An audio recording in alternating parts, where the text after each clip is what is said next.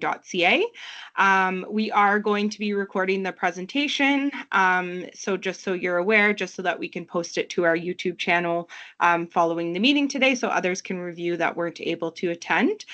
So without further ado, I will hand it over to you, Jennifer.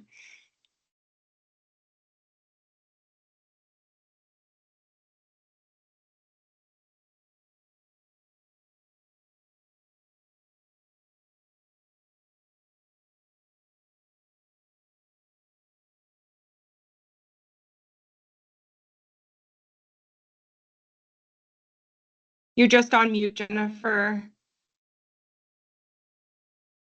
Thank you. Okay.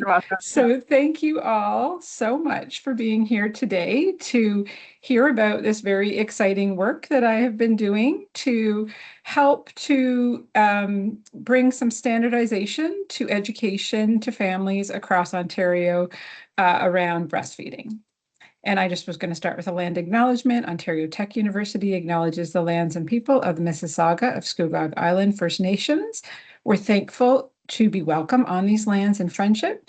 The lands we are situated on are covered under the Williams Treaty, the traditional territory of the Mississauga, a branch of the Anishinaabe Nation, and these lands remain home to a number of Indigenous nations and people. And so this is just a little overview of what we're going to talk about today in relation to aboutbreastfeeding.ca. It really has evolved out of my program of research. It is very much about health literacy and helping to foster breastfeeding health literacy in parents. We've come to the point where we are looking to implement this in organizations, and in doing that, there's quite a bit of work that needs to be done pre-implementation so that implementation can be done right. With that, I will also give an overview of the website and then talk a little bit about organizations implementing the website and supplemental materials. Okay, and I just want to change my screen here.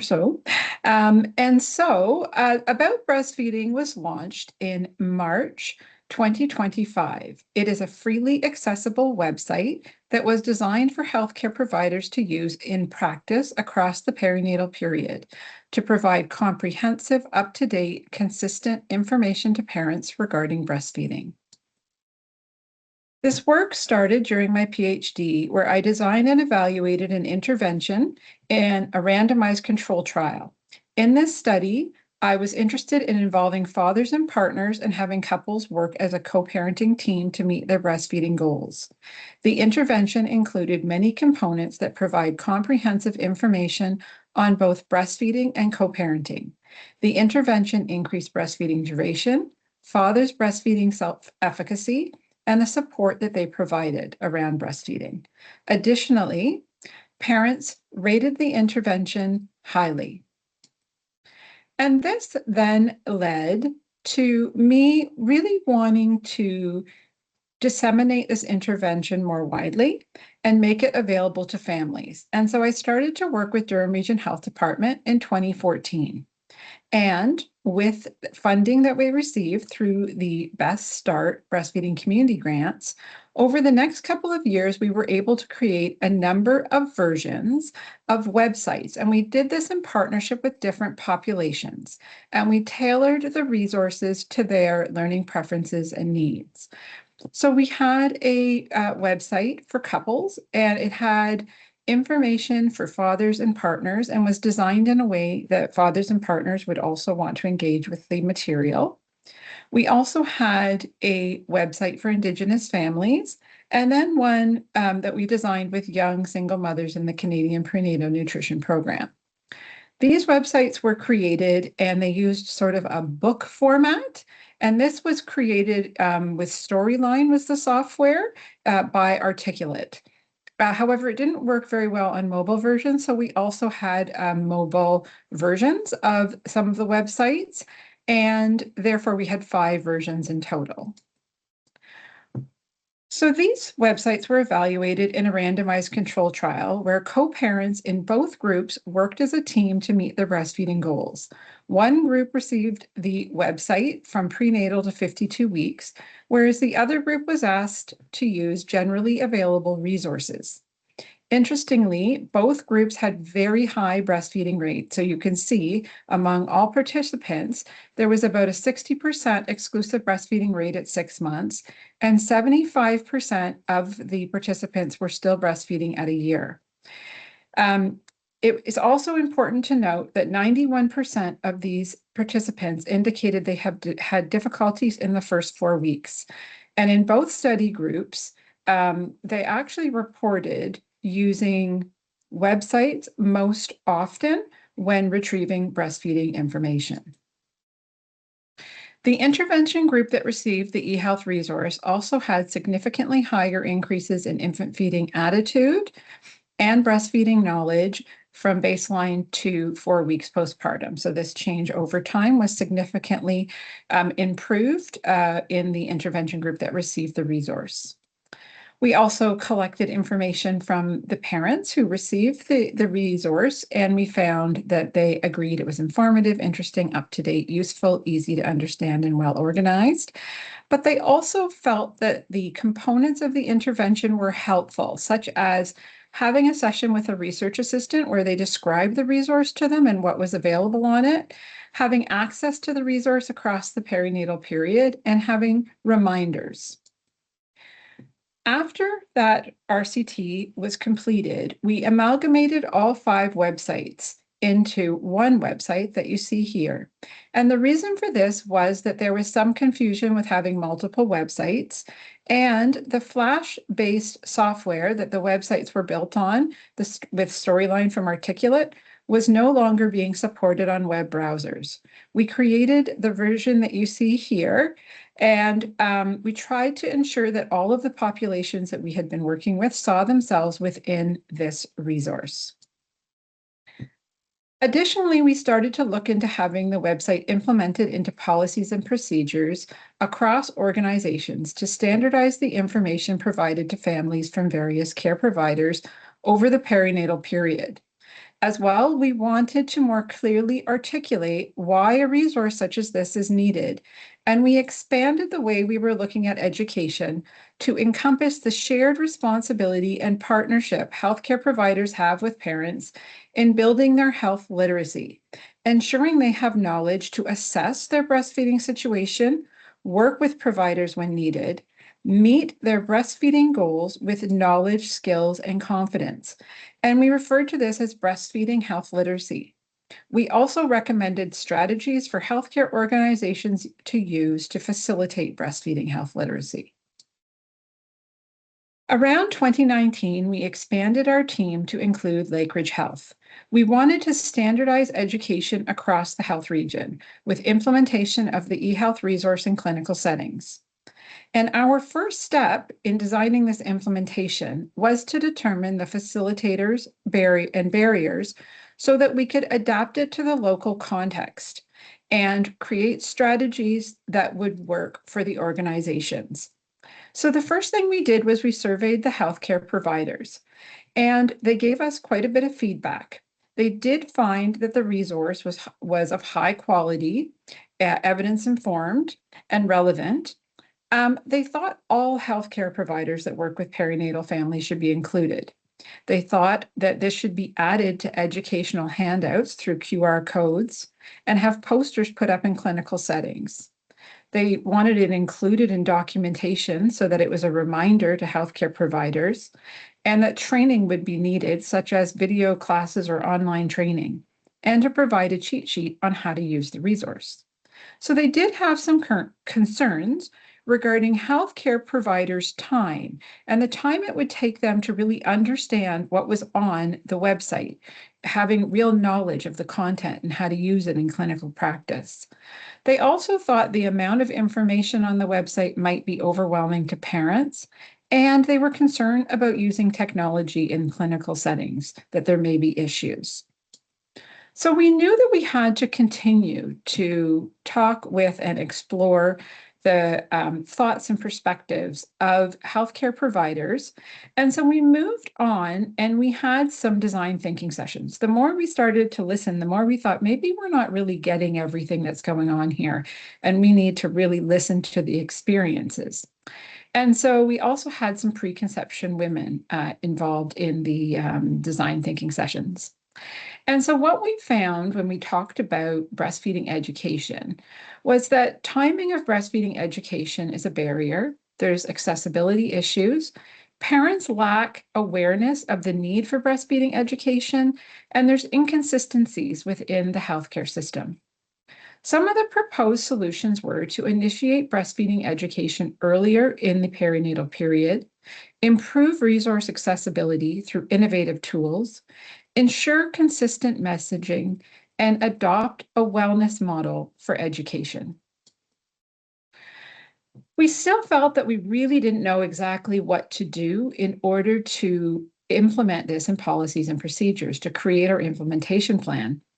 And it was interesting because the more we started to look at who's going to use this resource, what topics will they cover, where, in which settings, when in the perinatal period, and how will healthcare providers use it, the more we realized we really needed to know what's currently being done. Who's providing this education? What topics do they cover? Where is the education given? When is the education given? And how is it given? And so we set out to find out more about what was happening in Ontario regarding the who, what, when, where, and how of breastfeeding education. And so we had a survey, and 93 healthcare providers across Ontario completed the survey, and 78 parents did. We also interviewed 10 healthcare providers and 5 parents. And we just wanted to know, what were your experiences? What were the facilitators and barriers? And what would you like to see created? And so our findings were that it's quite fragmented, with many healthcare providers providing breastfeeding education across the perinatal period. If people had a midwife, there was some consistency. Otherwise, it tended to really vary across the perinatal period. And the majority of the education is occurring in the hospital in the early days postpartum. We also found that oral communication is the most common way this information is being provided. There's also some print resources and digital resources used, and some healthcare providers use props. When we were asking about topics, we found that there's many topics that are covered across the perinatal period, and they vary depending on the time point. And so we really realized, or we were told, that education needs to start prenatally, and parents need to have access to personalized support available postnatally. And so the findings did help to inform some design elements as we went forward. So when we looked at how we were going to adapt it, this is what we determined was necessary. So we created our logo. We had branding, and this would ensure that if different healthcare providers across the perinatal period in different organizations were using the same resource, it was identifiable to parents that this was the same resource, as well if information was going to be delivered in different modes of delivery. We also reorganized the information to make it less overwhelming and easier to navigate. And we created handouts with QR codes. And then we also made sure within the website to provide information on how parents could access personalized, competent support for breastfeeding. And so here is the website, and this is the home page. And as you can see, there is the navigation bar. We also have the video and resource library and a search function. On the Why Breastfeeding page, these are the topics that are covered, very clearly laid out, as well as how to breastfeed, what to expect, common concerns, and support. We also created these supplemental materials. So this one here is a handout, but it also is available as a poster, and it's a summary of all the information on the website. There's also a threefold handout. And then there are resources that are more for specific teaching that would be done. And what we found when we collected the feedback from healthcare providers and parents is there is quite a bit of variety in how healthcare providers approach this in relation to their knowledge, skills, and interest. And also, a lot of parents will talk about feeling very fortunate and lucky that they found a lactation professional who provided them with assistance. So we really wanted to make sure every parent received the same information. And so through the use of a handout such as this, it would be consistent information that all parents could get. And ideally, the healthcare providers in clinical settings would have the parents scan the QR code right then and there so that they could then go onto the website and know that there's much more information available to them. So we have why breastfeed, how to breastfeed, and getting support. We launched this website in March of 2025, and right away we wanted to make sure that we were collecting feedback to make sure that it's meeting the needs of healthcare providers and parents. And so we have a survey that is open. It's on the website, and it's been open since we had the website launched. And we also had 4 virtual focus groups. There were 3 students and 13 healthcare providers. And the findings of the focus groups suggested that they were quite satisfied with the content design and navigation. And here's a quote: "It's a comprehensive professional breastfeeding support tool that offers family practical, evidence-based guidance across their full parenting journey." But there were some suggestions for improvement. So French translation and having it available or having content available in other languages, reorganize some of the pages that have many sections and there was a lot of scrolling, more animations and videos, and we do use quite a lot of the Best Start resources, and so there was some comments about them needing to be updated.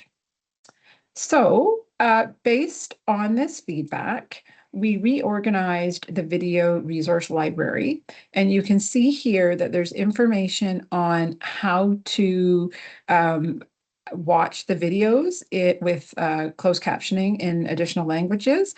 And there also are links to websites with information in multiple languages. We have all the references of the research on which this website has been designed that I've just shared with you today on the website. We have our acknowledgements page, as well as a page that shows the supplemental material and indicates how healthcare organizations can contact us if they're interested in using these. We also changed the what to expect page and have 3 different sections. So under 6 weeks newborn, over 6 weeks newborn, and taking care of mom. And again, that was just to make it easier and not quite as overwhelming to have all the information on one page. And then we created a new animation. Healthcare providers were telling us that parents need more information on the impact that bottles, soothers, breast milk substitutes, and pumps can have on the lactation process and on their breastfeeding. We also, just this week, translated the website into French, and we are in the next couple of weeks having it reviewed to ensure accuracy of the translation, as it's the software that does it that we're housing the website on. As you can see, the website has been used in many different countries and across Canada. If healthcare organizations are interested in using this in their programming, and currently we have about 5, there are some conditions for use that we ask for. And if they're interested in having the logos added to the website and to the supplemental material, there's a little bit more that we go through just to make it a bit more of an official partnership. Next steps are to work with organizations to implement this in clinical settings. We have a review of the website every 6 months with all of the organizations that are using it in their programming involved. We are going to continue to build content. So again, I try, as you can see, to be very receptive to the needs of parents and healthcare providers. So if there are things that we can continue to add, we'll continue to secure funding for that and to create those. Continue to develop translated resources continue to update resources used, such as the Best Start resources, evaluate about breastfeeding with parents over the perinatal period and with healthcare providers regarding the use in clinical practice, and we'll also evaluate implementation outcomes. I'd like to acknowledge all the people who have been part of this, my partners, as well as the funders and the digital media specialist. Thank you.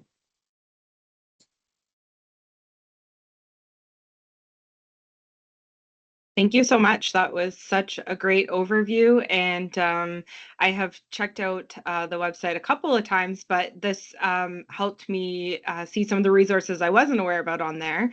And it is so wonderfully laid out and easy to navigate. So I think this is such a huge resource that others can tap into. I didn't see any questions in the chat, but if there's any questions from anybody, please feel free to put up your hand or unmute or type them into the chat, because we do have a few minutes for questions.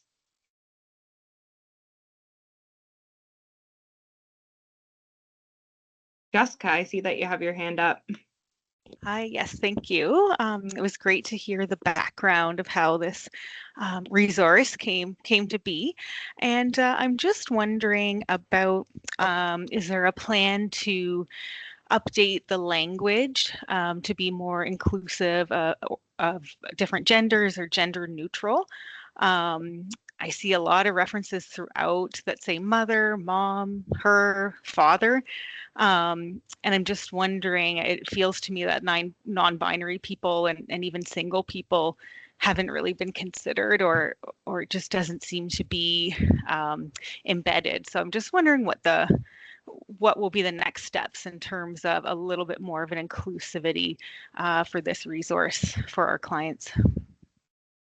Yeah. So I've reviewed many resources, and I'm actually currently doing that now. Some resources do use that language and others don't. We have not. We do have a disclaimer to ensure that there's many users and they may refer to use different language and referring and want to use it when referring to their experience, and that should be respected, of course. There's a few reasons that we haven't. And it really does go back to health literacy again and clarity of language. Additionally, when there's people who have lower literacy or different languages, it can be confusing.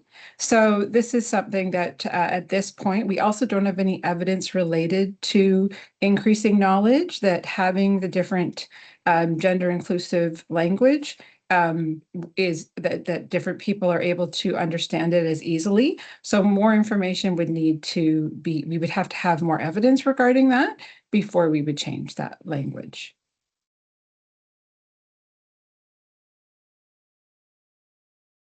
Thank you. Margaret, I see your hand up, and then I know we did have a comment in the chat about navigating back to the slide on partners and conditions. Yeah, I just wanted to mention that I have gone through the website fairly recently with a BFI lens and looked at compliant or consistent messaging with the Baby Friendly Initiative, and have had communication back and forth with Jennifer in that regard as well. And for the most part, it does meet BFI standards. So I just wanted to let people at this meeting know that. Thanks, Barb. And it is in our acknowledgements. It's right there. If you look on the acknowledgements page, you'll see a bit more about what we have done to ensure the quality of what is on this website. And we have always been very transparent, had it reviewed. I have, as I say, if there are concerns, we do look to address them. We do consider them. And then we make any additions that we feel are necessary. And we have done that. We also have the survey there. So again, if there's anything that comes up, we're able to address that.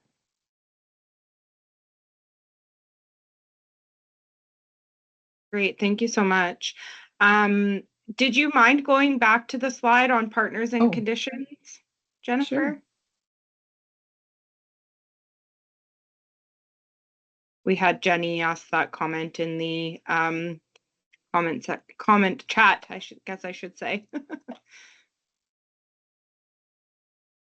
All right, great questions and conversation. We'll give another minute for that slide. And was there any other questions from anybody?